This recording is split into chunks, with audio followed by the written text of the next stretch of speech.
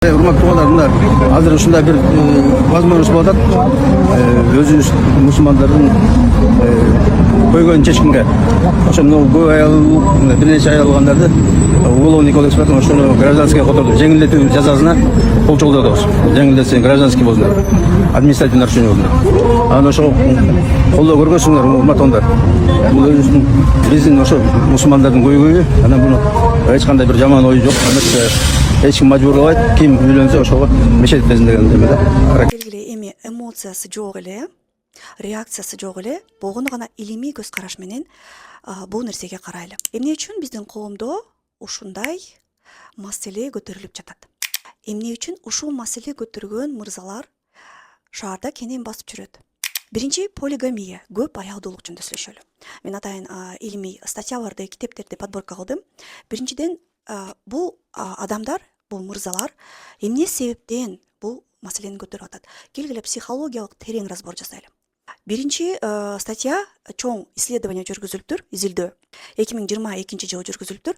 Избегающий тип привязанности жөнүндө. То есть көп аялдуулукка чакырган, көп аялдуулукка багыт алган мырзаларда избегающий тип привязанности көбүнчө. То есть булар эмоционалдык жактан бир адамга байлана албайт.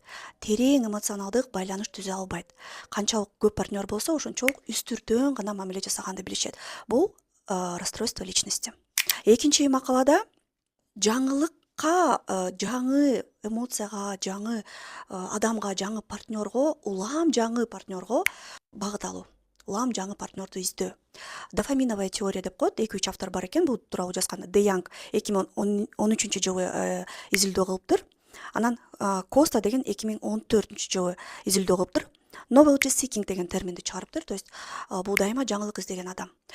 Дофамин деген биздин гормонубуз, ал гормон бул сүйүнүч гормону. Кээ бир адамдар бул гормонду жөнөкөй жашоодо иштетип чыгара албайт. Жаңы партнер аркылуу алат да. Ошондой мырзалар көп аялдуулукту талап кылып, ошону издешет экен. Дагы бир чоң изилдөө болуптур. Исследование о привязанности и ответственности 2025 жылы мындай жоопкерчиликтен качкан адам гана тилекке каршы көп аялдуулукту издейт экен. Атпайбы, биз аялдарды аяп атабыз, аябай зына көбөйүп кетти, биз жоопкерчиликти алайлык деп атабыз деп. Тилекке каршы психологиялык жактан чоң изилдөө болуптур.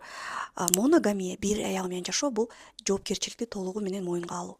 Көп партнер бул жоопкерчилик мынтип жайылып калат экен да. То есть вроде бы бар, бирок мен жалгызмын, силер көпсүңөр, ошон үчүн менде жоопкерчилик толугу менен болбойт деген.